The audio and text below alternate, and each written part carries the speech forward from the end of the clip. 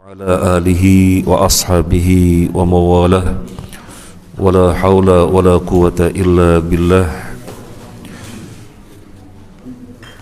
Amma ba'd.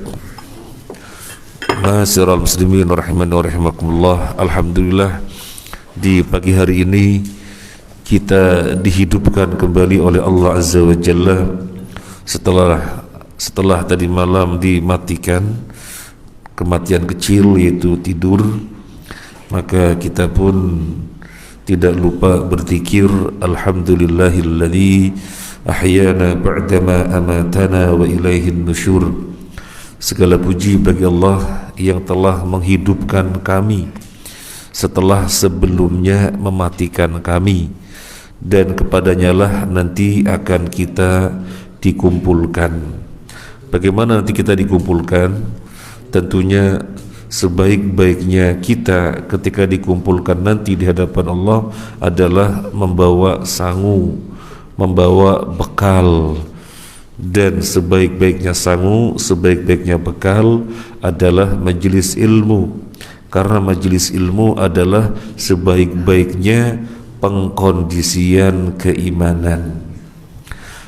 Alhamdulillah, pada pagi hari ini bitaufik minallah kita diberi kemampuan melanjutkan kajian kita, kajian tauhid yang ditulis oleh Syekh Muhammad At-Tamimi rahimahullah ta'ala. Sekarang kita memasuki bab 52. Yang ada kitabnya bisa dibuka, bab 52 di rak, kalau masih ada bisa diambil.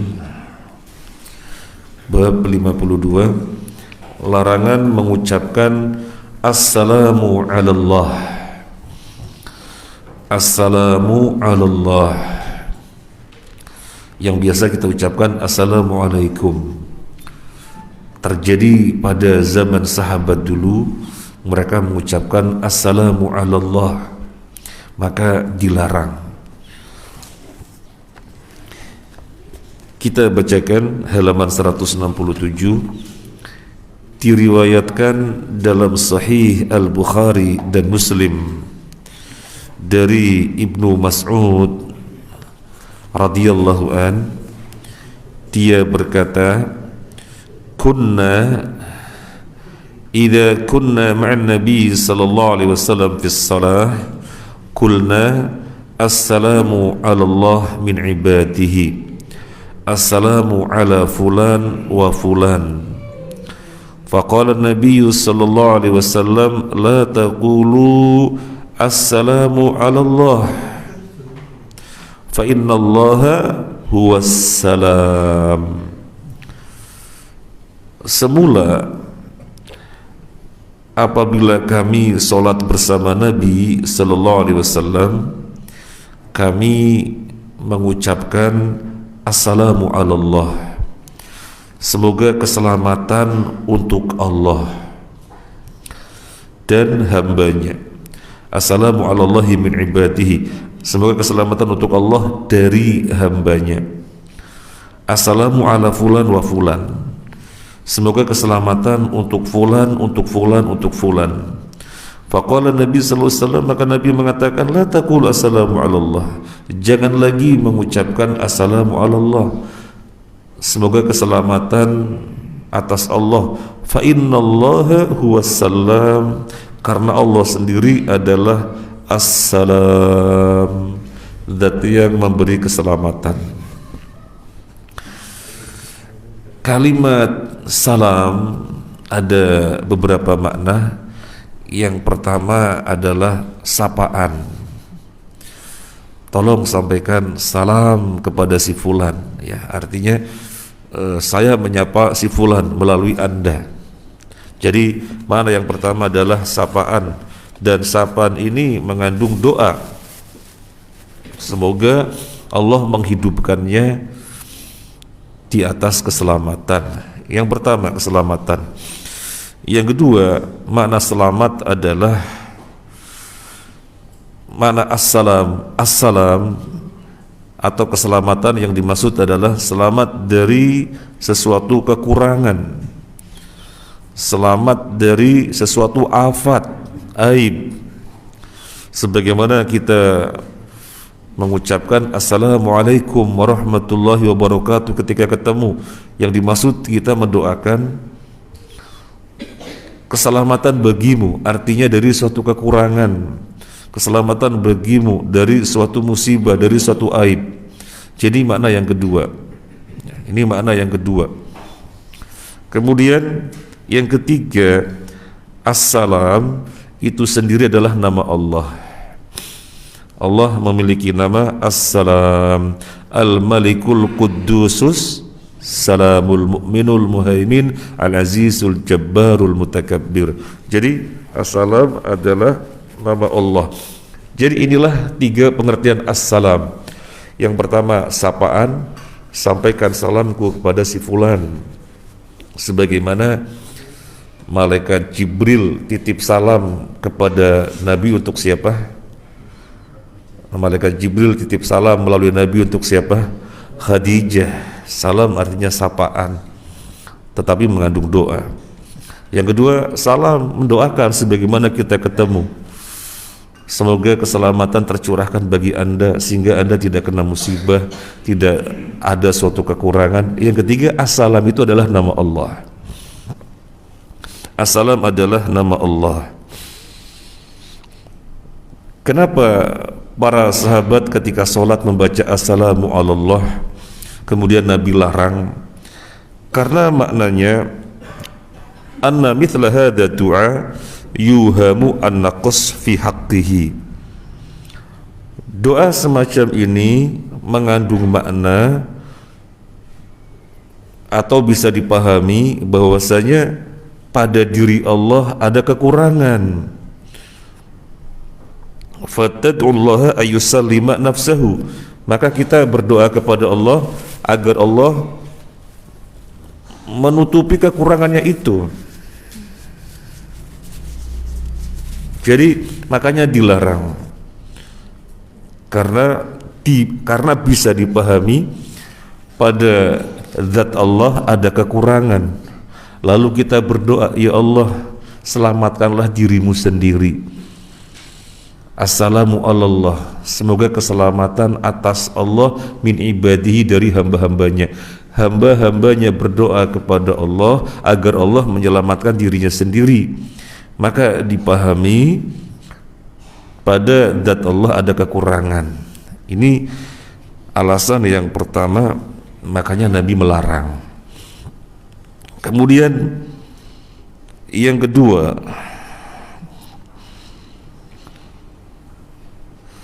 idza da'utallaha ayusallima nafsahu faqad khalafat al-haqiqah atau faqad khalafta al-haqiqah lianna Allah yud'a wa la yud'a lahu. Kalau Anda berdoa kepada Allah agar Allah menyelamatkan dirinya dari sesuatu kekurangan, dari sesuatu kesempurnaan, maka berarti Anda menyelisihi hakikat. Hakikat yang bagaimana? Allah itu tempat kita semua berdoa. Allah itu tempat kita semuanya berdoa, bukan zat yang didoakan. Ini hakikat.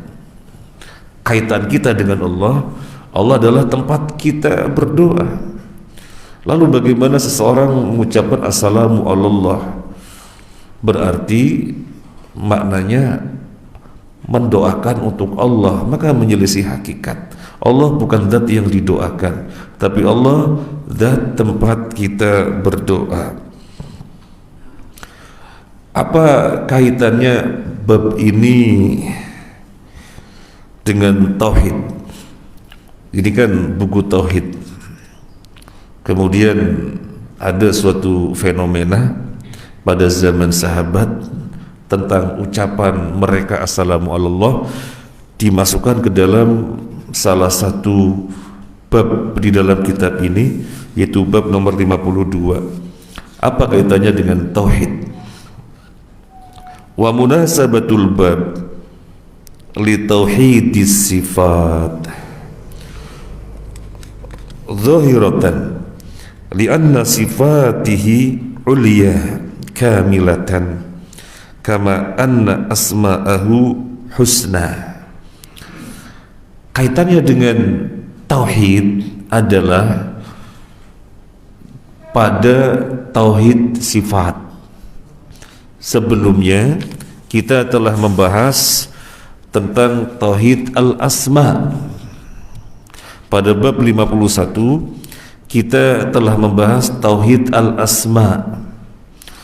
Sebagaimana asma Allah itu husna dan kita menetapkan yang demikian, di mana Allah memiliki nama yang setiap nama mengandung makna, yang makna tersebut otomatis merupakan sifatnya. Demikian pula sifatnya, kita harus menetapkan sifatnya itu ulya, sifatnya itu tinggi, kamilah, sempurna.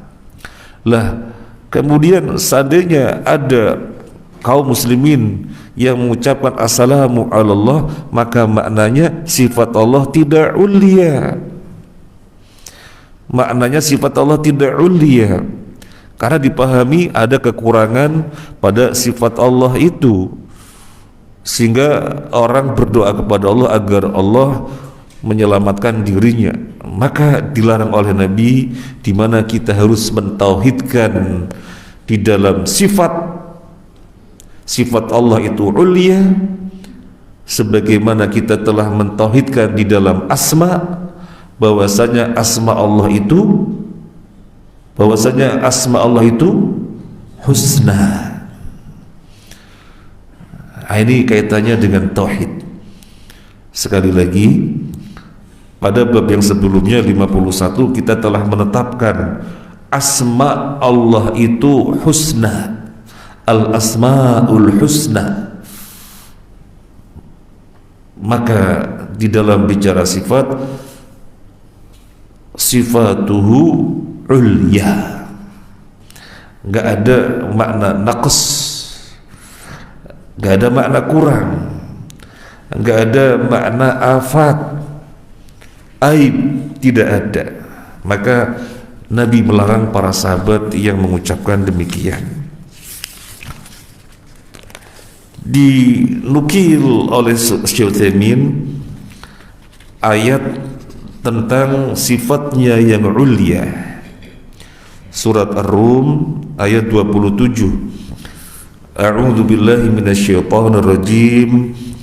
Lilladzina la yu'minuna bil akhirati mathalus saw walillahil mathalul a'la. Bagi orang-orang yang tidak beriman kepada akhirat, itu memiliki sifat buruk, sementara Allah memiliki sifat ulya. Maka jangan sampai ada ungkapan yang maknanya Allah itu tidak bersifat ulya. Jangan sampai ada. Jangan sampai ada. Kemudian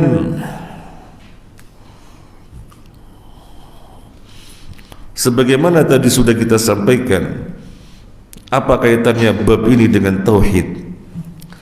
Lianna mawdi'al bab alladhi qablahu itsbatul asma'il husna lillah, wa mawdi'u hadzal bab salamatu sifatihi min kulli naqs, wa hadha yatadammanu kamalaha wa la yatimmul kamal illa bi itsbati sifatil kamal wa nafyi ma yudaduha.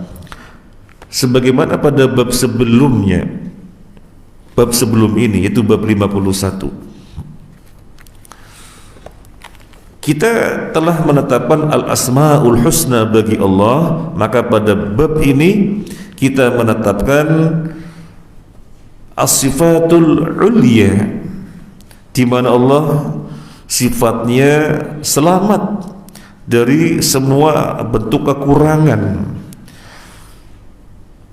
di mana sifatnya adalah sempurna, dan sesuatu tidak dikatakan sempurna kecuali dengan menetapkan itsbat dan nafyun sekaligus.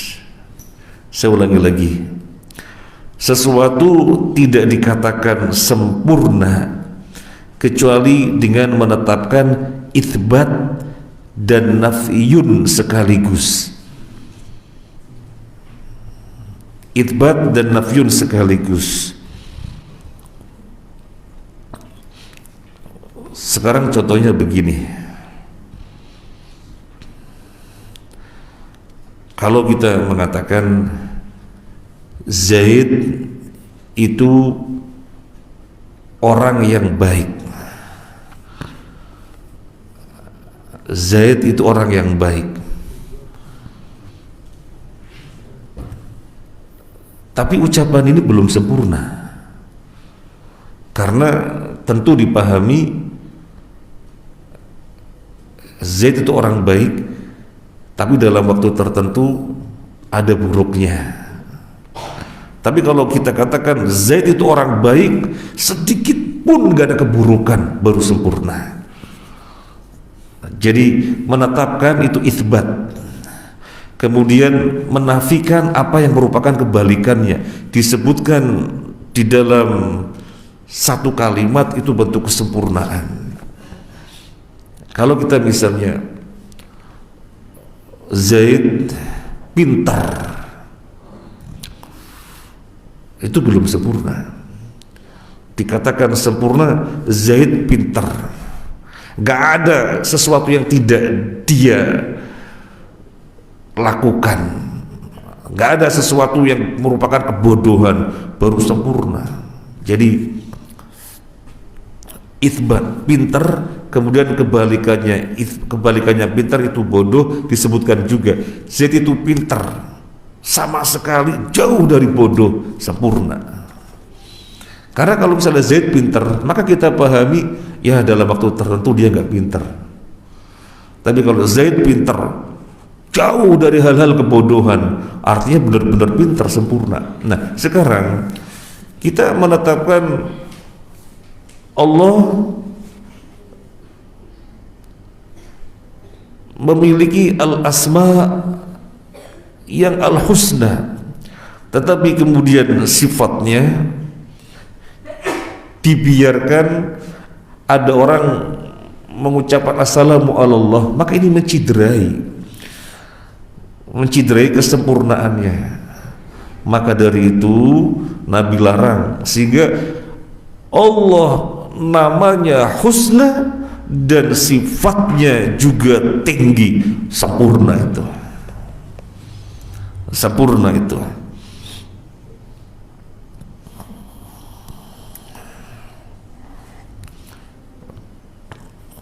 Kalau sekedar mengatakan Allah namanya tinggi, bisa saja Allah namanya husna, bisa saja orang memahami, tapi ada sifat tertentu yang kurang. Makanya kita mesti mendoakan Allah agar Allah menyelamatkan dirinya. Kan bisa dipahami begitu. Makanya semacam itu harus disingkirkan, biar tidak ada waham semacam itu. Nabi larang. Allah itu namanya husna dan sifatnya uliyah. Jadi semacam ini ditegaskan biar kita jangan seperti orang Yahudi. Orang Yahudi itu di dalam Al-Quran sudah Allah nyatakan sebagai orang-orang yang tidak bisa mengagungkan Allah. Wa ma qadarullaha haqqa qadrih. Mereka tidak bisa mengagungkan Allah dengan sebenar-benarnya pengagungan. Maka karakter Yahudi ini diwarisi juga oleh orang yang mau mengikuti jejaknya. Syiah menyatakan Allah memiliki sifat bada. Jadi Syiah menyatakan Allah memiliki sifat bada. Bada itu artinya baru tahu. Awalnya Allah tidak tahu, kemudian di dalam perjalanannya, oh begitu, jadi Allah baru tahu belakangan. Ini Syiah. kurang ajar. Dan memang nenek moyangnya Yahudi seperti itu. Allah nyatakan wa ma qadarullah haqqa qadri. Mereka tidak bisa mengagungkan Allah dengan sebenar-benarnya pengagungan. Adapun Muslim sangat mengagungkan Allah, menyatakan al-asma husna, as-sifat ulia. Ini kaitannya dengan tauhid. Agar tauhid kita benar-benar sempurna, kalau bisa sampai 24 karat, maka perkara-perkara yang bisa menciderainya disingkirkan. Perkara waham yang bisa dipahami Allah ada kekurangan disingkirkan. Tauhid kita harus benar-benar mantap, tidak ada kekurangan.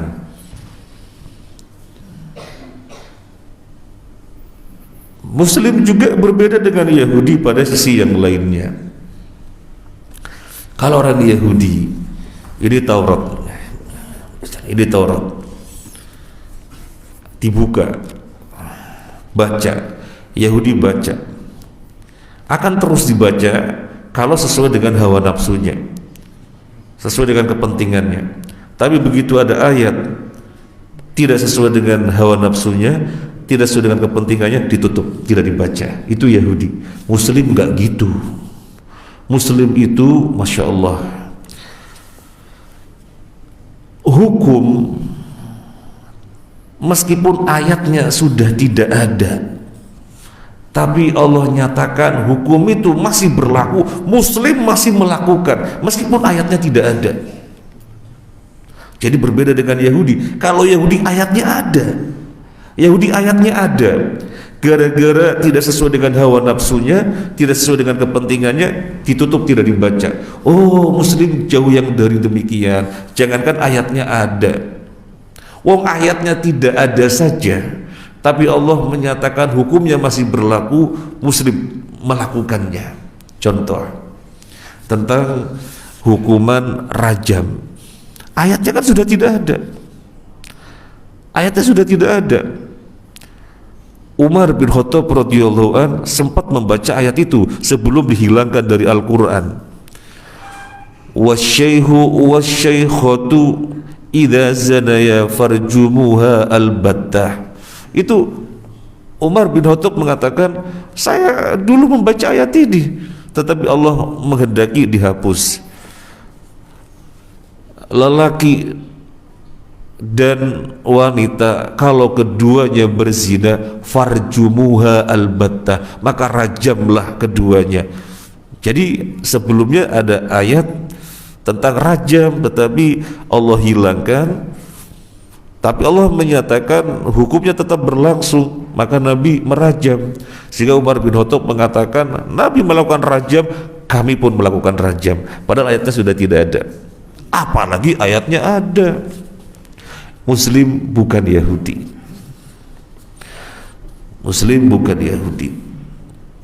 Nah, kaitannya dengan pembahasan kita juga demikian, kita harus mengagungkan Allah dengan sebenar-benarnya pengagungan.